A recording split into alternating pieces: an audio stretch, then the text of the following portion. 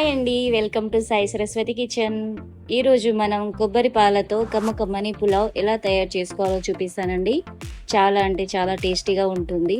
పిల్లలకి లంచ్ బాక్స్లోకి చాలా ఈజీగా కొబ్బరి పాల పులావ్ చేసి పెట్టండి. పిల్లలు చాలా ఇష్టంగా తింటారు. దీనికోసం ముందుగా 1 కప్పు బియ్యం తీసుకోండి. 2 సార్లు బాగా శుభ్రంగా కడిగేసి 1 గంట పాటు నానబెట్టండి. ఇప్పుడు కడాయిలో 2 టేబుల్ స్పూన్ ఆయిల్ వేయండి. ఇప్పుడు 1 ఇంచు దాల్చిన చెక్క, 3 లవంగాలు, 2 ఇలాచి, 8 మిరియాలు, 1 టేబుల్ స్పూన్ జీలకర్ర వేసి ఒకసారి కలిపేసుకోండి.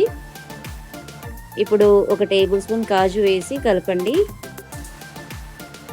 ఇప్పుడు కట్ చేసి పెట్టుకున్న 1 ఉల్లిపాయ, 4 పచ్చిమిర్చి వేసి ఉల్లిపాయ ముక్కలు మెత్తబడేంత వరకు బాగా ఉడికించండి. ఇప్పుడు 1 టేబుల్ స్పూన్ అల్లం వెల్లుల్లి పేస్ట్ వేసి బాగా కలపండి. ఇప్పుడు కట్ చేసి పెట్టుకున్న క్యారెట్ ముక్కలు, 1 కప్పు పచ్చి బఠానీ వేసి 2 నిమిషాల పాటు కలుపుతూ ఉడికించండి.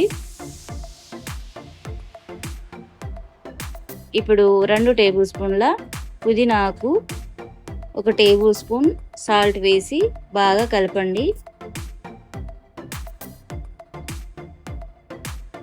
ఇప్పుడు 2 కప్పుల కొబ్బరి పాలను తీసుకోండి.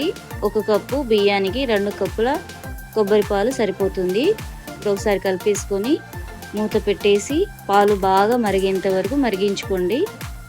ఇప్పుడు ఇలా మరిగిన తర్వాత ఒకసారి కలిపేసుకోండి. మనం నానబెట్టుకున్న బియ్యం వేయండి. బియ్యం వేసేసుకొని ఒకసారి కలిపేసుకొని మూత పెట్టేసి లో ఫ్లేమ్లో 15 నిమిషాల పాటు ఉడికించుకోండి. అంతేనండి, చాలా ఈజీగా కమ్మని కొబ్బరి పాల పులావ్ రెడీ అయిందండి. టేస్టీగా చేసుకోవచ్చు. పిల్లలకి ఇలా హెల్తీగా చేసి పెట్టండి. పిల్లలు చాలా ఇష్టంగా తింటారు.